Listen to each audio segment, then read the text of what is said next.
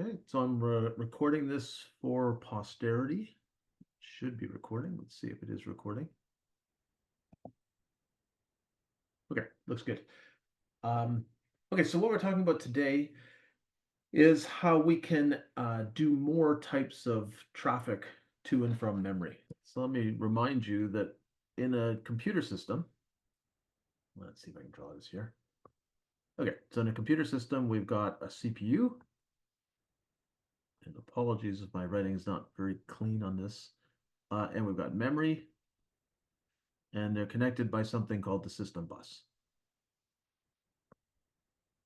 Okay, so we're talking about how do we move data between memory and the CPU.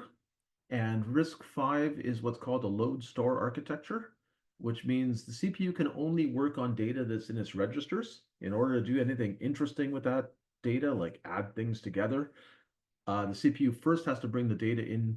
If it's not already in the register, it has to bring it in from memory, and it uses a load instruction to do that. And when it's done, if it wants to if it's running out of registers, doesn't have a place to store something, it has to send it back to memory to get at the larger storage that memory provides with a store instruction.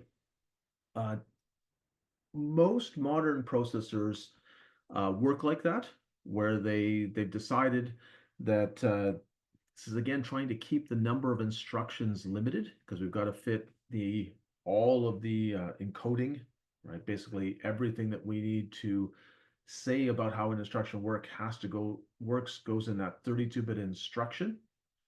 So we can only fit so many different codes or opcodes into that.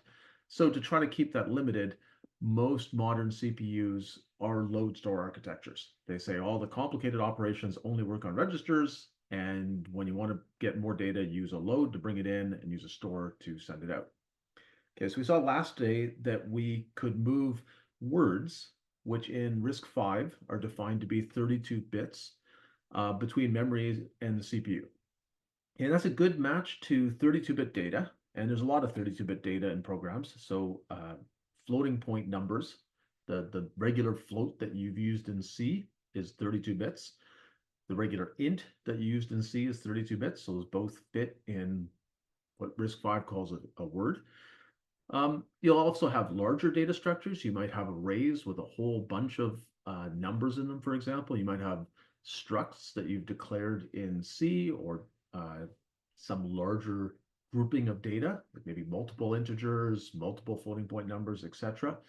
When we want to move those things around, we haven't done that yet, but we want to move those things around in memory.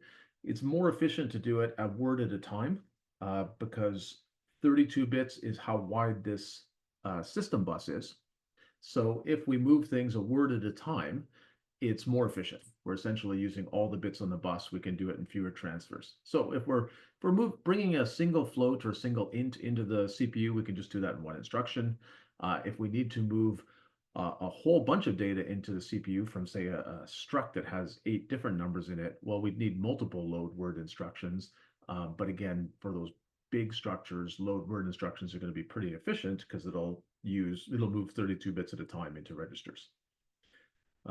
Let's see. Let me see if anybody has any questions. So if there are any questions on that, things we've talked about so far, let me know. So quickly check the chat. Don't see anything. So that's good. Okay. Sometimes though, we want to move smaller data. So we might have characters. So in C, a character is 8 bits or 1 byte, and it stores an ASCII code. So for example, if I want to store the code for the capital K letter, that's actually hexadecimal 4B. It only takes 1 byte. And C has a type called short, which is a smaller integer. It's only 16 bits. It's useful for storing smaller numbers. And RISC-V calls that a half word. So these smaller things arise naturally in programs. We just don't need as large a data type to store certain things. Another place where they will occur is when we're trying to be very efficient with our storage. And that usually happens when we've got a lot of data to store. So let me give you an example of that. So let's see. This is harder to ask online, but how many people have heard of Put your hand up if you know much about neural networks. Okay, well, maybe you've heard of neural networks. Put your hands up if you've heard of neural networks. Now, let me just see what we got here. So we got a few. We've got like 5, 6 people. I'll give you a couple minutes. I want to, or not a minute, but I'm going to give you a few seconds to put your hand up if you know about this.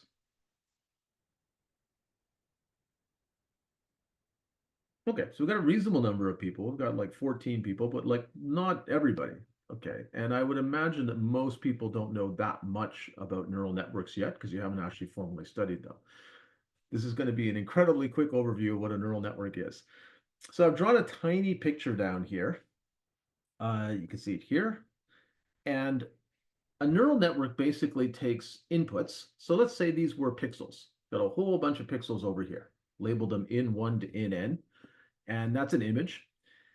And I've got these weights. So I've got, let's see if I can highlight this. So I've got these weights, W1 and W1N.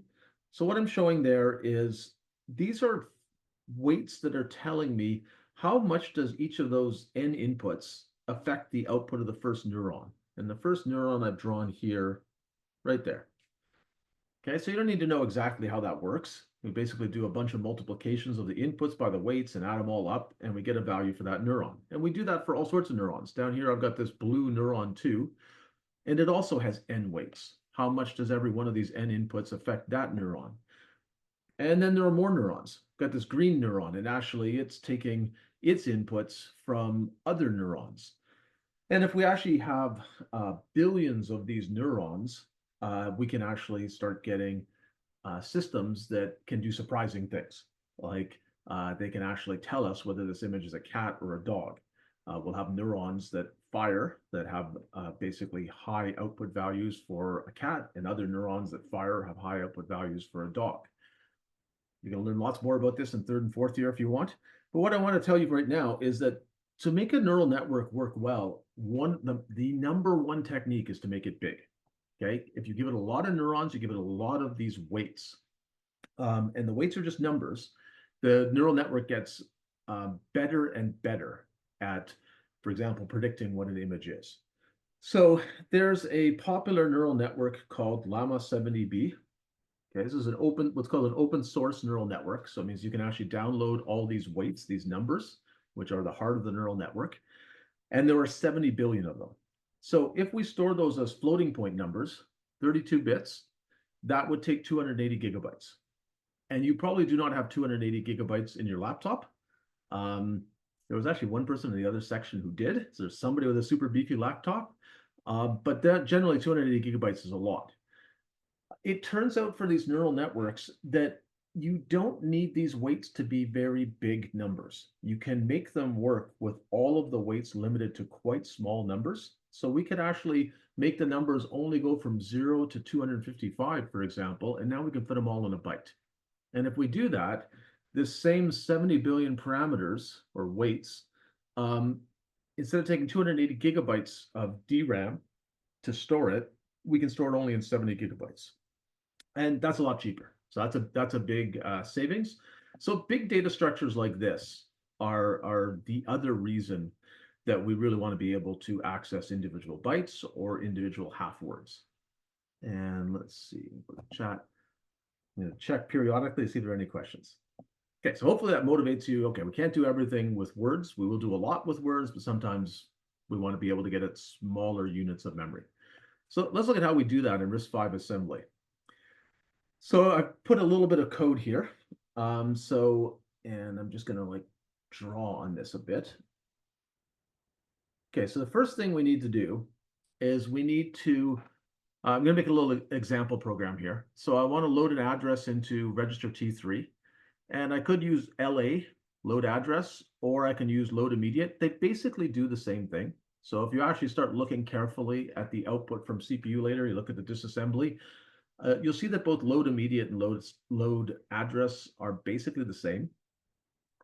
Load address is just to kind of help you as a programmer read that what I'm trying to put in this register is an address. But here I use load immediate just to highlight that they're really not any different.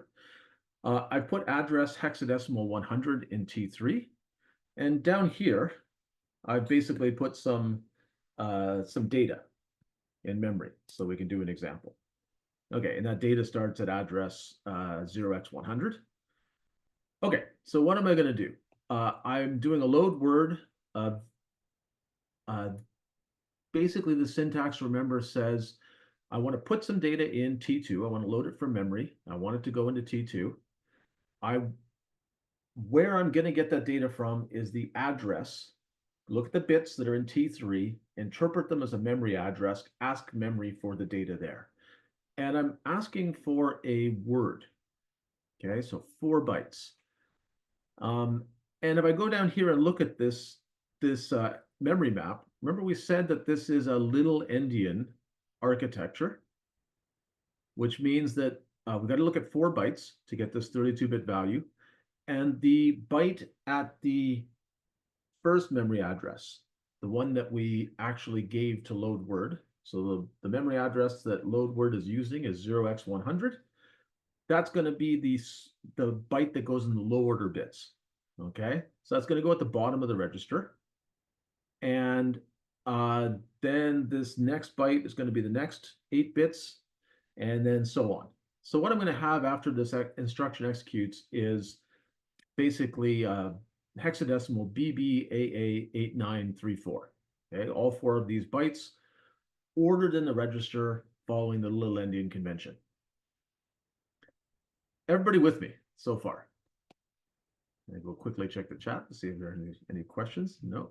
Okay. So let's say I wanted to load not an entire word, but a half word. Remember, that's 16 bits. So I use a different mnemonic. I use LH, and then the rest of it looks the same.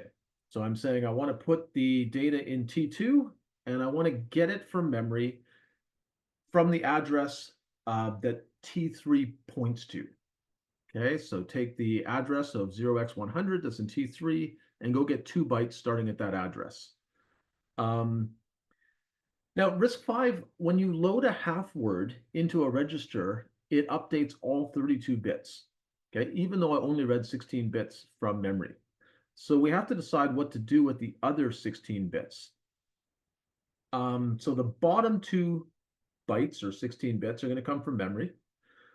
What this load half word does is it sign extends the value. Yeah, so let me go to chat. Has anybody heard of sign extension? Maybe you've all heard of this. So type something in the chat to say whether you've ever heard of sign extension or not heard of sign extension. I'm gonna wait till somebody types something. So, okay. So at least one person has never heard of it. One person has. So it looks like it's a bit mixed. Okay, so let's say you have a 4-bit value. A bit easier for me to write. So if I had a 4-bit value and it was, let's see if I can write this here, 1, 1, 1, 1. Okay. What number is that? And let's say I want to interpret this. If it was an unsigned value, that's 15. But let's say I want to interpret this as a signed value. So what number is that when I interpret this as a signed 2's complement value? And just shout it out or type it in the chat.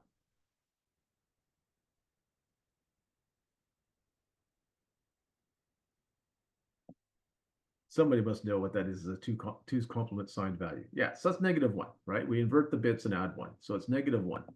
Okay, now let's say that I decided, okay, I don't want to store that as 4 bits anymore. I want to store it as 8 bits. If I want to store that as 8 bits, and this was assigned 2's complement number, if I just fill the top bits in with 0, that's not good, because I would now interpret it as positive 15. So if I want to interpret this again as assigned, let me try if I can see if I can erase this. Okay. Let's say I want to extend this to 8 bits. Okay, I've got my 4 bits here. To make -1 as an 8-bit number, I actually need to put a bunch more ones here. Okay, so that's an 8-bit number. And if I was to convert, determine what this is, I should look at the top bit. It's 1, which means it's negative. And I should complement all the bits. So I would get 0, 0, 0, 0, well, 8 zeros. And then I should add 1. And I would get this. 1, 1. Well, one number is 1 bit is 1, the lowest order bit, and everything else is 0. Okay.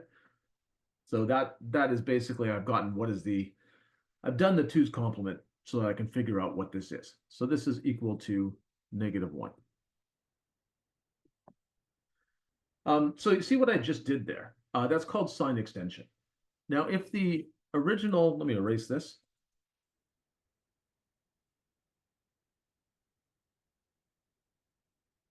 Okay, so let's say my original 4-bit number was actually 011. Okay, so that in two's complement, that's actually just 7. That's equal to +7. If I extend that to fill in an 8-bit number, I should actually have put zeros above it. Okay, so this is now an 8-bit number, which is also equal to +7. Okay, so sign extension basically means copy the top bit and fill all the other bits in with it. And again, its purpose is to maintain the same value when you're interpreting a number as a two's complement or signed number, and you're expanding it to a bigger bit width. Okay, let me just quickly check to see if anyone's got any questions. Okay, so it looks like if anyone's got any questions, type them in the chat or shout them out. Okay, so let's look at this. So I'm doing this load half word from the address that T3 is pointing at. So T3 is here, right? T3 is pointing at, whoops, let's let me change my cursor a bit, a pen. T3 is pointing there. Oops, that's actually wrong. T3 is actually pointing here. Okay, it's 0x100. Okay, so what do you think you're going to get after this instruction? Load half word into T2 from memory, starting at the address that's in T3. Okay, so we're going to get 32 bits. Okay, so you're going to have to give me 8 hex digits. And let's just type that into the chat.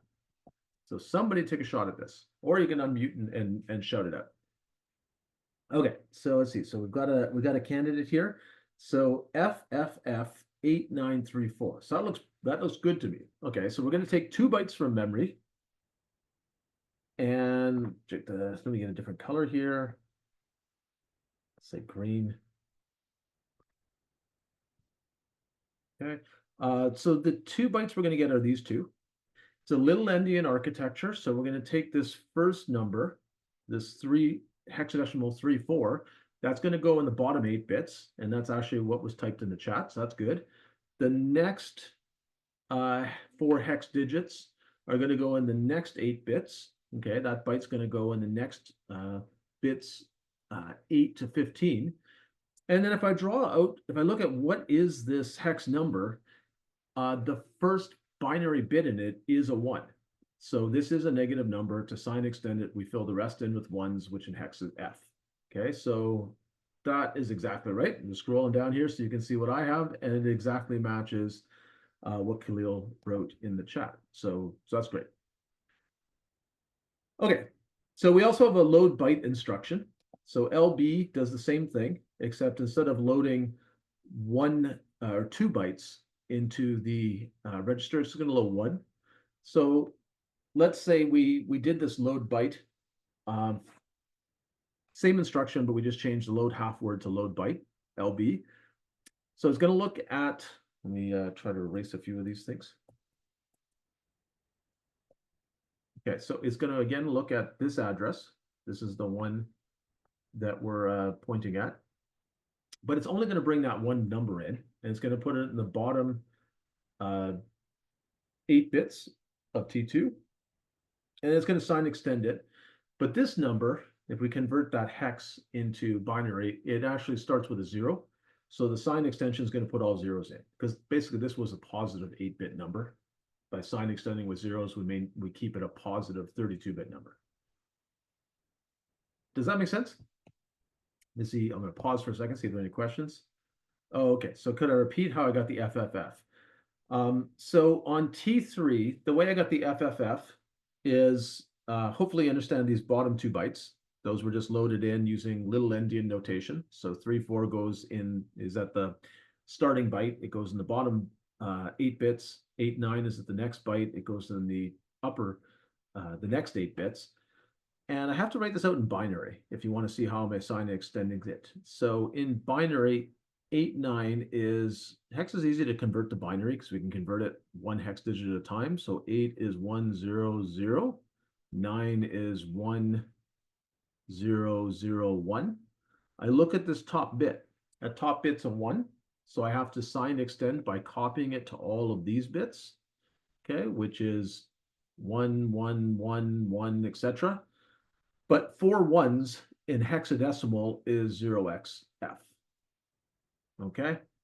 So I'm just, binary gets pretty painful to write, but that's what the hex, that's what I'm doing in hex. Okay, great. Glad you got that. And let's see, let's move on to, okay, so I went through load byte, and hopefully everybody's with me on that one too. Okay, so that one, when I signed extended, I got zeros in the upper bits. Okay, our data may not always be a signed integer. Remember, in assembly, the data is whatever you interpret it as. You can interpret it as ASCII characters, you can interpret it as floating point numbers, signed integers, unsigned integers, whatever you want. It's interpreted according to the instructions that you write. So sometimes we might not want the data to be a signed integer.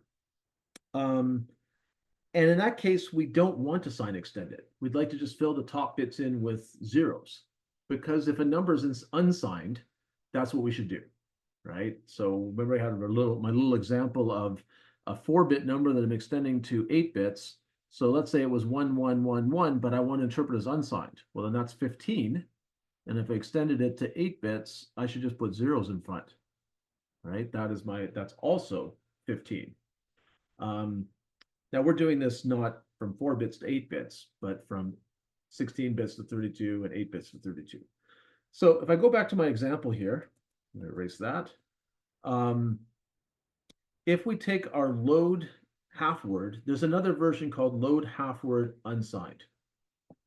And otherwise it works exactly the same way. So I'm going to load from what T3 points at, the memory address is pointing to, into T2. If I go back to my little memory map, I've always been pointing at this address, okay? And so again, I look at that. It's low order bits are going to be 3, 4. Next ones are going to be 8, 9.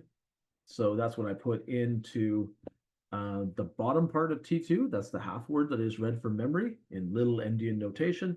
But now I just extend all the other bits that I didn't read, I just fill with zeros. Load byte unsigned, same thing. Okay, in that case, I would only read 1 byte. It's again this byte at address 0x100, so 3, 4, and then I just fill the rest of the bits in with 0. I don't even have to look at what the top bit of what I read is. Does that make sense to everybody?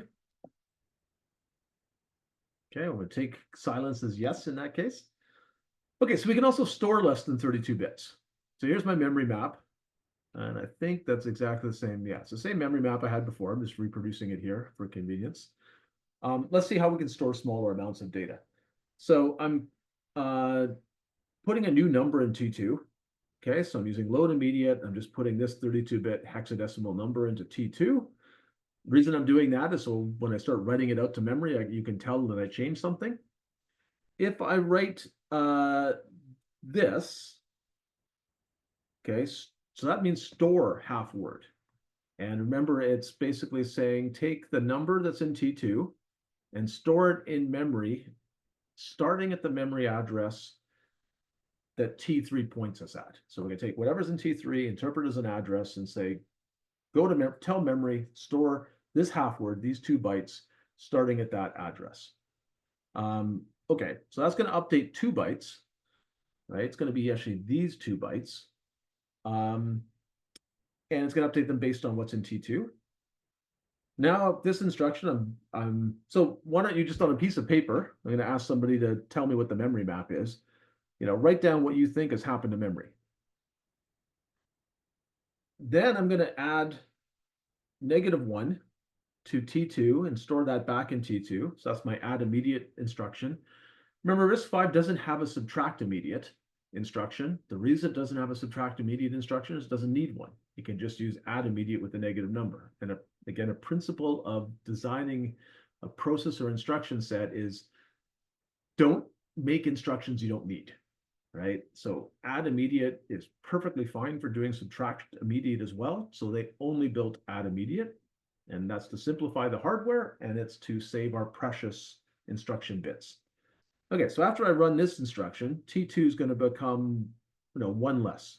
Okay, so it used to be 1, 1, 2, 2, 3, 3, 4, 4. Now it ends in 4, 3. Again, I just did that so I changed the bit pattern. And now I'm going to do a store byte. Okay, remember, store byte is only going to store 1 byte. It's again going to use the address that's in T3, which is still here, 0x100. But now it's only going to store 1 byte from T2. And we always take the low order bytes, the bottom 8 bits from T2 or whatever register we specified there to put into memory. And a byte is only 1 memory address, so it's only going to update 1 thing. This one location here. Okay, so what is the new state of memory? So see if anybody is brave enough. Almost doesn't take a lot of bravery to tell me what's at every memory address. Okay, so what is at memory address 100 or hexadecimal 100 after I execute these instructions? So you just type it in the chat, or you can unmute and tell me.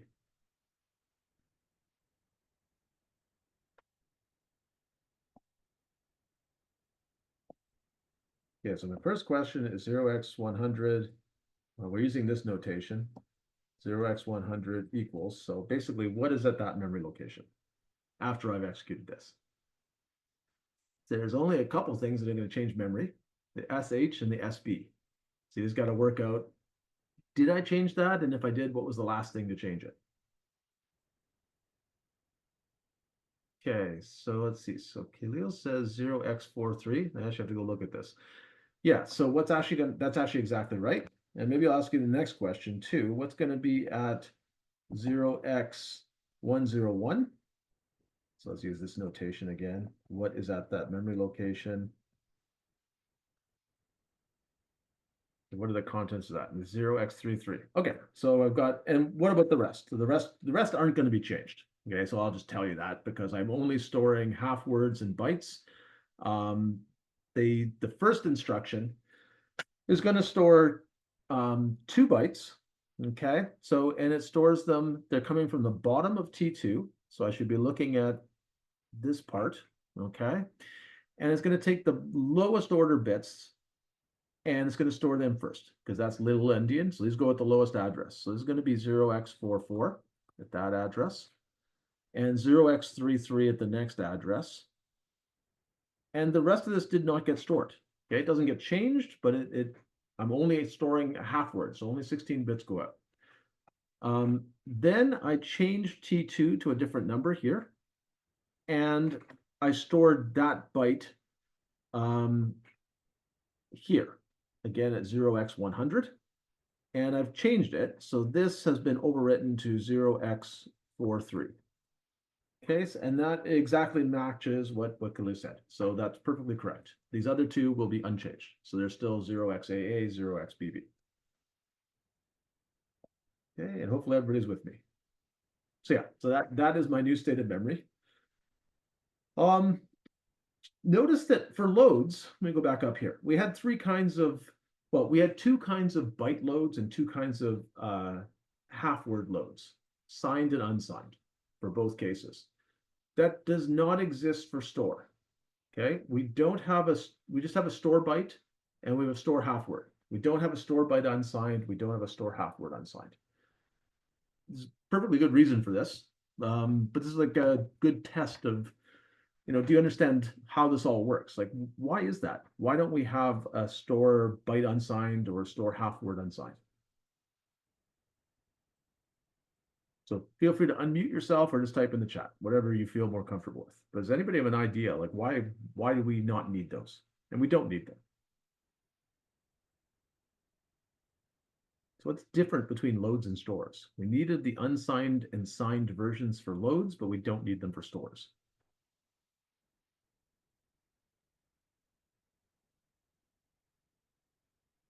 Yeah, so it's exactly the right answer. So Jillian is right. Basically on on the store, we're only changing, one byte if we do store byte, or one half word if we go store half word. So we don't need to think about whether we sign extend or not, because there are no bits we're changing where it's not obvious, right? And that's different than the load half word and load byte, where we're actually filling up a 32-bit register, but the amount of data that we read from memory is less than 32 bits. So we have to decide, well, what do we do with the other bits? Okay, problem does not exist for stores. It's very explicit what we should do. You should remember that we always take the data, though, when we do a store byte or a store half word, from the bottom part of the register, never the top. Okay, this is just me writing that out, what I just told you.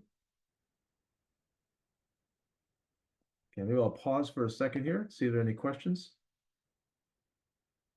I'll give you 20 seconds to think about this and see if you have any questions. Okay, I don't see any, so let's keep going. Okay, so that's how we interact with memory under instruction control, how we load and store data. In assembly programs, we also often want to initialize memory. So I'm going to show you a couple of new assembler directives for doing that. So first, here's a new assembler directive that I don't think I've shown you before, .org. So .org says, I want the next thing that I put in memory to go at this address. So I'm saying the next thing I put in memory should start at address hex 100. I don't need to put that in. If I don't put that in, the assembler will just put the data that I'm asking to be put in memory at the next location. The reason I put this in is so that I know what the address is, so I can kind of show it to you in a memory map. So I said start at address 0x100. And then I basically say, I want to put a word in memory, and you've already seen this. Okay, so it has to be 32 bits. I'm writing out the whole 32 bits here in hex so you can see everything. So I say hex 11223344, put that in memory. It's 4 bytes. So it's going to start at address 0x100, because that's what I told it to do with the origin directive. And again, it's a little endian, so I'll put the bottom 8 bits first in memory, and then I'll follow it with, these other 8 bits, 8 bits, 8 bits, 8 bits. I'll put the whole word in memory. So 4 bytes for that first word. Here's another assembler directive, .half. So this puts 16 bits or 2 bytes of data in memory. Okay, it's again little endian, so it's going to put BB first, because that's the bottom part of this data, and then it'll put AA. Okay, so there's my half word. There's my word. And then I put a byte, so 0xcc. And so here's my little byte. Now I try to put another word in. Okay, so I say put word in. I don't have to put constants in hexadecimal, so I put this one in binary 20. And it's going to go at the next address, which is 0x107. Okay, so it's down here. And the problem is 0x107 is not divisible by 4. And remember, I told you that to make the hardware more efficient, to make that system bus work better with memory, words have to be 4-byte aligned. Okay, so they must start at an address that's divisible by 4. If that wasn't done, basically we would need extra hardware between the memory chips and the system bus. That would cost us some extra area in the computer system, and it would also slow it down. And I can show people why if you're interested after some lecture. You can draw out the hardware and see why. But basically, rather than adding extra hardware to RISC-V, and then when you actually did use words that weren't aligned on an address, it would also slow you down because the memory chips would have to internally actually do more work. RISC-V just forbids it, which is a common approach nowadays. Most CPUs just forbid what they call unaligned accesses. So if you actually, you can assemble this program. So you can write this program, and it will assemble or compile. And if you run it in CPU later, if you do a load word at this address, okay, CPU later will give you like a big red warning. So it won't actually crash, but it'll tell you this was not actually a logical thing to do. If you run it in the hardware, it won't do it. So the hardware will actually crash when you download it to the board and run GDB on it. So don't ignore those warnings. If you get them, you should get rid of it. It's bad. And let me just take a look and see if there are any questions in the chat. Okay, I don't see any. So we don't want to do this. So we have to fix it. And the easiest way to fix this is with this another compiler directive called .align. So .align says, I want you to go skip over some bytes. Just leave some blank memory where you didn't initialize it to anything. So memory still exists, but I don't want you to initialize it. I don't want you to use it for my next data. And you give it a number. So I say .align 4. It means I want you to skip to the next address that is divisible by 4. And the reason is I know I want to put a word there. So now I put this .word, and we're going to start our word at an address that is divisible by 8. So it'll probably be 0x108. Could also be technically, I guess, 0x. It could be 4 bytes beyond that if the assembler wants, but it will be divisible by 4. Everybody got that? So you are going to have to do this in some of your programs. If you create some bytes and some words and they're kind of interleaved, you can wind up misaligning your words. So you use this align to make sure that they're aligned again. Start on something that is an address that is a multiple of 4. Okay, so let's say, just a continued example, let's say I make another byte, okay, and I put the number 20 in it. And then I later, after that, I want to make a half word. So half words don't have to be 4-byte aligned. They're only 2 bytes long. They only have to be 2-byte aligned. So they have to start on an even address. Can't start on an odd address. After this byte, if you work through, this address now aligned is divisible by 4. If I make a byte, that's going to take one more address. So that means now aligned, this address had to be even. After I add a byte, my next free address is going to be odd. So if I don't do anything, this half word is going to start at an odd address, and that's also not going to work. If I try to do a load half word on it, it's not going to work when I try to do that in hardware. So I have to align. I don't actually have to align to a 4-byte boundary. I could if I wanted to. It won't hurt anything. It'll just waste perhaps a small amount of memory. But because I only have to align to a 2-byte boundary, I just need an even address, I can use align 2. And then this will for sure work. Here, and then I did one last example. I made another byte, okay, and that's again going to make me misaligned. Because I'll be, the next available memory location now is going to be odd. So I could put another align 2 on this line, and that'll fix everything. There's another way to fix it that I'll show you.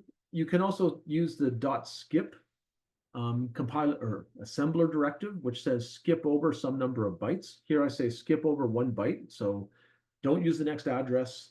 Just skip it, go up one more address. Because I know that basically my next address was going to be odd, this will also work. Now I skip over 1 byte, and this aligned again will be even. And I could put a half word there. Probably a little less convenient than the align directive, because the align directive, it always works. You don't really need to know, am I at an odd number, an even number? Do I have to add 1 or 3 or what? Align will just always do the right thing. It'll get you to the next divisible by 4, divisible by 2 address, whatever you need. And you can put a word or a half word in there after that. Okay, so any questions on that? Okay, if there are no questions, I'm going to quickly go to CPU later. And let's see.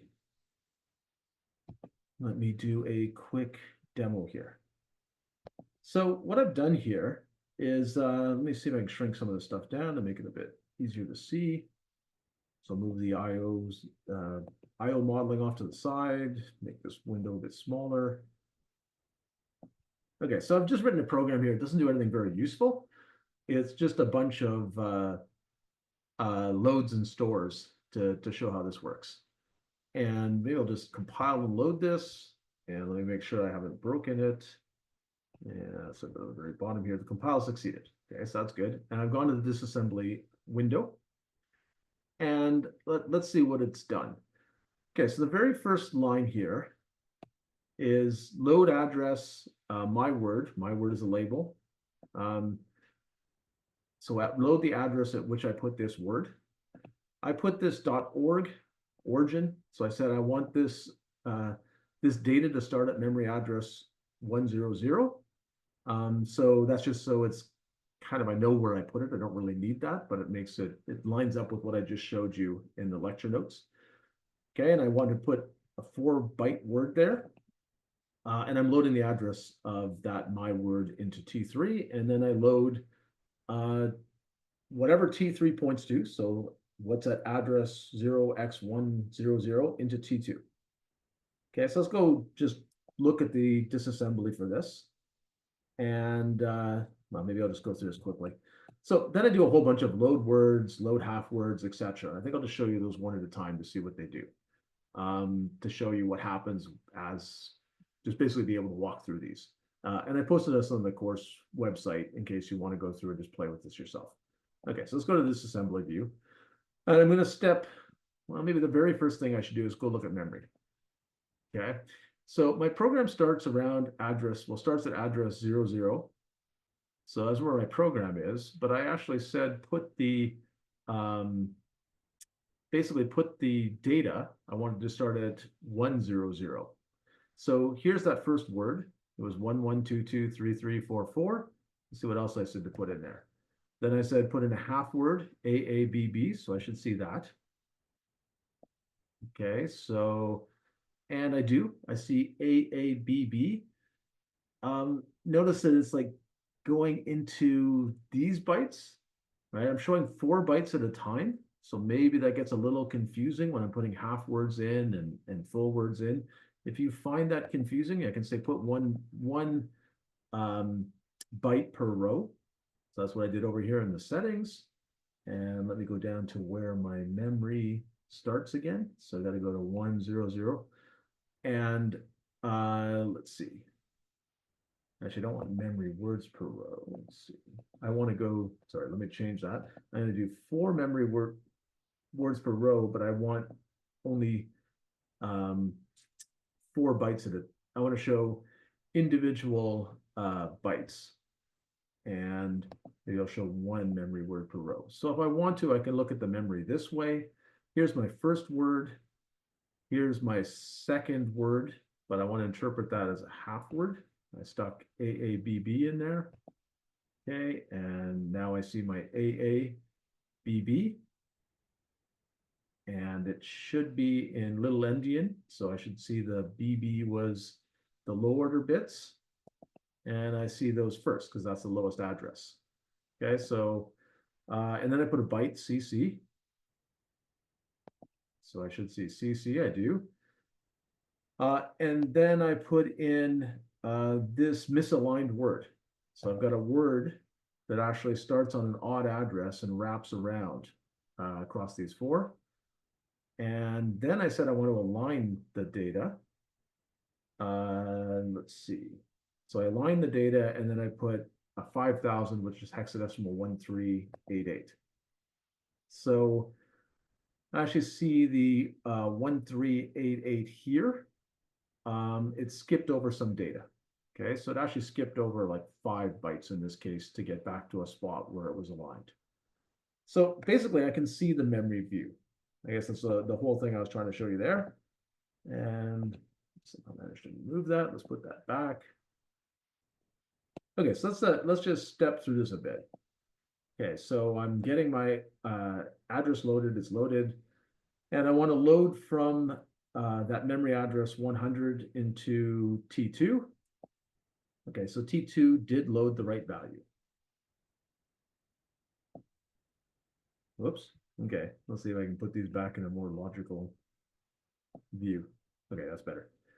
And then the next thing I want to do is I'm going to load the half word. And I'm basically going to go to the next 4 bytes.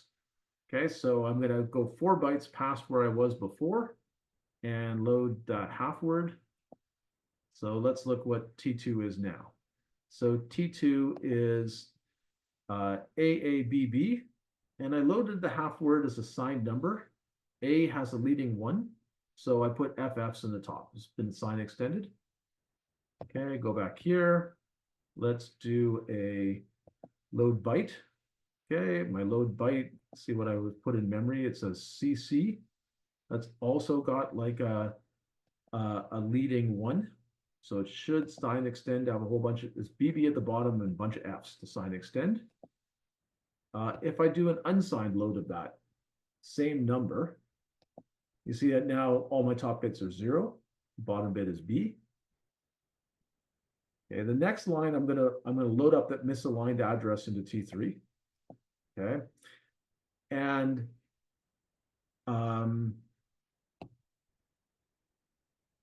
that actually took a few instructions because load address, sometimes the addresses are so big it can't fit them into one instruction, can't fit the constant into one instruction, has to build it up in pieces. So that's what just happened there. And now I'm going to do this load word. Okay, so I'm going to load this misaligned data into my register T2. Okay, and when I do that, you see this message bar turned red, and I should go look and see why is it red, because that's bad. And it says memory load of 4 bytes from address whatever 107. That's the one I got on the board is misaligned. So you should not ignore this. It's going to crash in hardware. Okay, so we're almost done here. I then load in I load in a byte from that location. So I'll try to load a byte from that same misaligned memory address, and that actually works. So if I go look at T2, it'll been updated. Let's see where T2 is. So T2 has been updated to 88.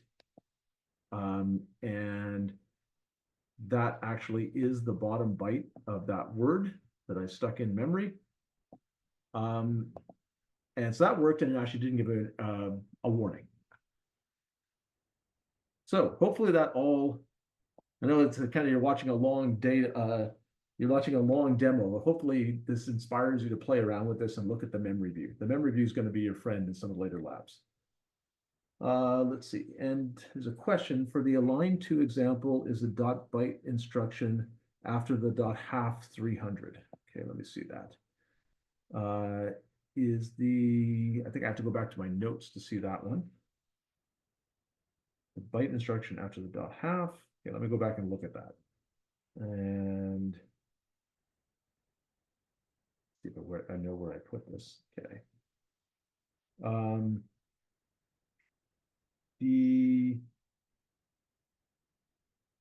So the align instruction that I was showing you was before the dot half, and then and it's after the dot byte 20, if that answers your question.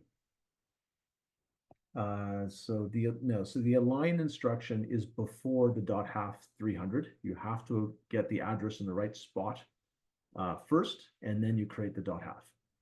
And then I fixed the second problem with where I get unaligned again with the dot skip, which usually I don't do. I'm just demonstrating it, but it's a little more inconvenient. So let me show you one last thing here. Okay, so let me go back to the memory view. I didn't actually change any memory here. So let's go to this point.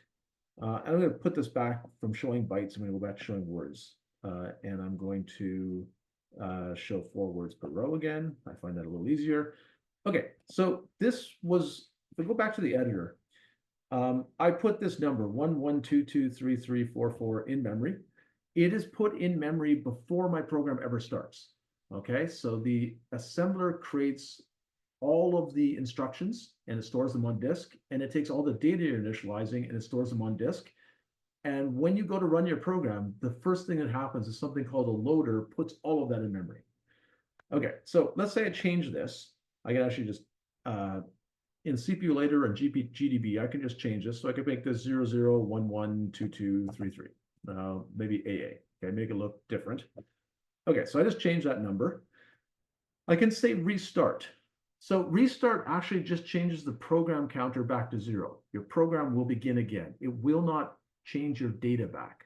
So if I go restart here, and I go to the disassembly view, I can see where I am. I'm back at the start of my program, address 0, and I can start stepping over things. And notice the memory is actually what I put it to. If I want the memory to be reinitialized, I want my data to go back to what it was, I need to reload. Okay, so when I hit reload, it does more. You saw that data just changed back to what I had put here in memory. And now if I want to go to the disassembly view and start stepping through my program, it'll also, it's gone back to program counter 0, but it's done more. It's reinitialized my data. So that's something to be aware of. You should keep track. What do you want to do? If you want to make sure all the data goes back to what it was, you should do this. That is all I had to talk about today. Are there any questions on that? I have one more thing if people want to hang on for another couple minutes that I'll show you, but it's not really related to the course. So let me go back to the chat window and see if there's any questions. Okay, so I don't see any questions. This is just kind of interesting. So I'm going to show you a couple things that just, I can do this today or I can do it tomorrow. But maybe I'll just quickly show you a couple of interesting things. Let's see. So this is interesting Toronto news. And I'm not going to read these stories to you, but you might be interested in keeping up with some of these things. So there are many stories on this one. This one is interesting because it has a little more technical detail. So Cerebrus, what I told you, I spend part of my time working in their next generation hardware team. Basically just signed a $10 billion deal with OpenAI to sell them a large amount of data center hardware to accelerate machine learning inference. So in other words, when you type a question into things like into an OpenAI chatbot, how fast do you get the answer back? So the reason this is kind of interesting for Toronto is a lot of the R&D to create this system, not all of it, but a lot of it's done in Toronto. And you can see there's a lot of interest and a lot of interesting things happening economically in terms of making AI inference, giving answers to AI questions faster, and that's resulting in unique hardware systems. And let me show you another interesting thing that just came out over the last couple of days. I mentioned in this course that the prime reason you're learning about assembly language is not because you'll write lots of assembly language in your career, but because basically so you know how to make fast code, so you get insight into how you would design a processor because you really know how they work, and you could write compilers. So all those things. So Tens Torrent is another machine learning acceleration company, has a large presence here, a large R&D office in Toronto, was actually founded in Toronto. And this is just a story about Tens Torrent is partnering with a company called Polymage Labs, which makes compilers. So the compiler, its output is assembly language, and they're working with Tens Torrent to try to make it essentially easier to program Tens Torrent's computers, which are highly customized to be efficient for AI again, but make them easier to program by having a compiler that can automatically exploit some of their power rather than forcing people to write assembly language. If you want to write compilers like that, you first have to understand assembly language and how computers work at a really deep level. So it's kind of an advertisement for the importance of this course. And that's all I had for today. I'll hang around for a couple minutes in case there are any questions, but otherwise we're done for today.